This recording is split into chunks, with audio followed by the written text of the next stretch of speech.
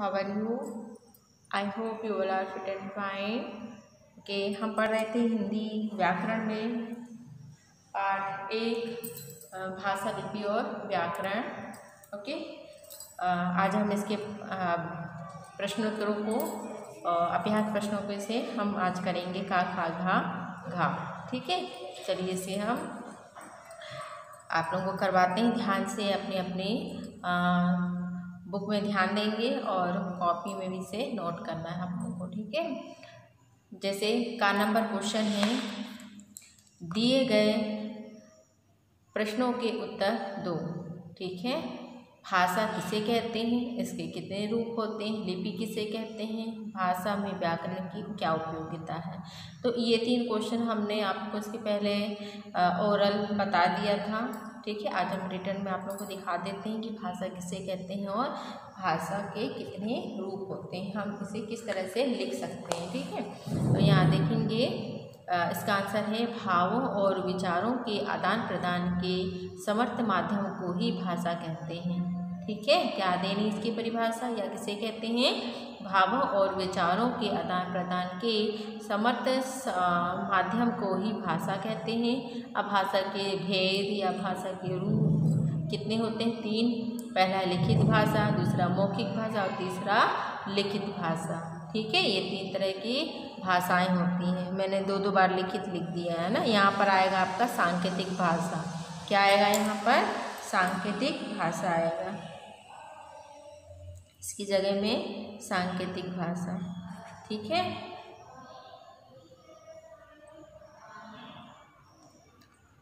Sorry, यहाँ पर 2 बार लिखा गया था, यहाँ पर क्या आएगा, लिखित की जगह सांकेतिक भाषा आएगा। ठीक है, तो भाषा के कितने रूप होते हैं? भाषा के 3 रूप होते हैं, 3 भेद होते हैं, लिखित भाषा, मौखिक भाषा और तीसरा है सांकेतिक भाषा। ठीक है, अब सेकंड क्वेश्चन है, लिपि किसे कहते हैं? तो इसका आंसर है किसी भी भाषा को लिखने के लिए संकेत चिन्हों की निर्धारित व्यवस्था को लिपि कहते हैं। ठीक है, किसी भी भाषा को लिखने के लिए संकेत चिन्हों की निर्धारित व्यवस्था को लिपि कहते हैं। ठीक, नेक्स्ट क्वेश्चन है, भाषा में व्याकरण की क्या उपयोगिता है?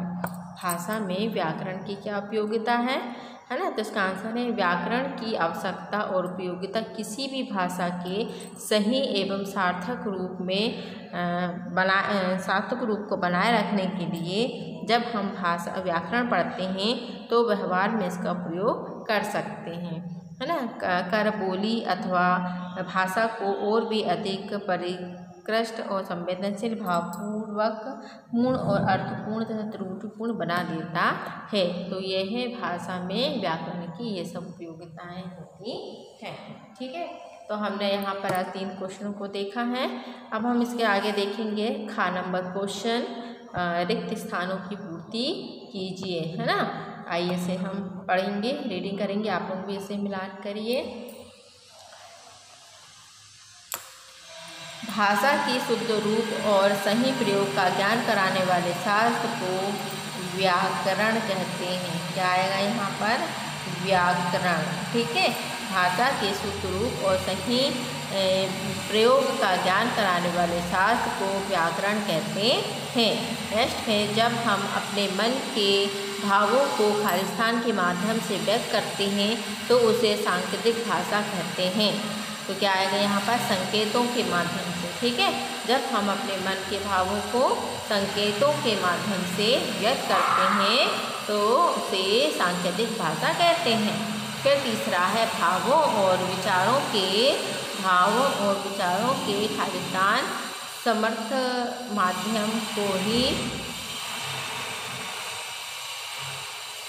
भाषा कहते हैं। तो क्या होगा यहाँ पर? आदान प्रदान। ठीक है, भावों और विचारों के आदान प्रदान के समर्थ माध्यम को ही भाषा कहते हैं। फिर है, हमारी राष्ट्रभाषा क्या है? हिंदी। हमारी राष्ट्रभाषा क्या है? हिंदी। नेक्स्ट है, हिंदी में सामान्य रूप से वाक्य में पहले कर्ता, फिर कर्म और अंत में क्रिया आती है। ठीक है, तो ये इसकी क्या थे? खालिस्तान थे। आगे देखेंगे गा नंबर क्वेश्चन, दिए गए वाक्यों के लिए एक वाक्य में आंसर देना है, ठीक है। जैसे यहाँ पर दिया है, किसी राष्ट्र के संपूर्ण क्षेत्र में प्रयुक्त होने वाली भाषा क्या कहलाती है? राष्ट्रभाषा कहलाती है, ठीक है। किसी राष्ट्र के संपूर्ण क्षेत्र में प्रयुक्त होने वाली भाषा राष्ट्रभाषा कहलाती है। फिर दूसरा है, बोलकर अपने विचार प्रकट की जाने वाली भाषा क्या कहलाती है? मौखिक भाषा कहलाती है ना। फिर लिख व्यक्त की जाने वाली भाषा लिखित भाषा कहलाती है।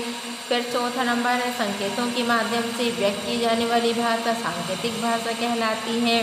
पांचवा है, वर्णों के आकार, उच्चारण, वर्णों के मिलने से शब्द निर्माण आदि का अध्ययन किया जाता है। क्या है यहाँ पर? अध्ययन किया जाता है, ठीक है। तो ये थे आपके एक वाक्य में उत्तर यहाँ पर लिखना था। अब नेक्स्ट क्वेश्चन देखेंगे, सही उचित विकल्प पर सही का चिन्ह लगाइए।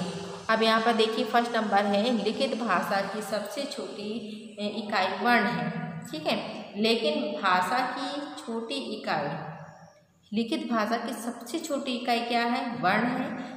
मौखिक भाषा की छोटी इकाई क्या है? स्वर, व्यंजन, शब्द या ध्वनि। क्या है? लिखित भाषा की सबसे छोटी इकाई वर्ण है। मौखिक भाषा की सबसे छोटी इकाई ध्वनि है। ओके, तो ध्वनि में लिखा जाएगा। फिर है नेक्स्ट, कौन सा मौखिक भाषा का उदाहरण नहीं है? पहला रेडियो कर्ता, फिर भाषण, समाचार पत्र, फिर टेलीफोन पर बात। क्या हो गया? क्या आएगा इसका आंसर? कौन सा मौखिक भाषा का उदाहरण नहीं है? समाचार पत्र। ये अपने रिटर्न में लिखित में आते हैं, ठीक है। ये ओरल नहीं बोले जाते हैं। उदाहरण मौखिक भाषा का ये उदाहरण नहीं है, ये लिखित में आते हैं, ठीक है। तो बच्चों, यहाँ पर हमारा आज हिंदी व्याकरण का पाठ एक कंप्लीट हो गया है। तो इसे अपनी कॉपी में नोट कर लेंगे। ओके, यही होमवर्क है आपका। Bye bye.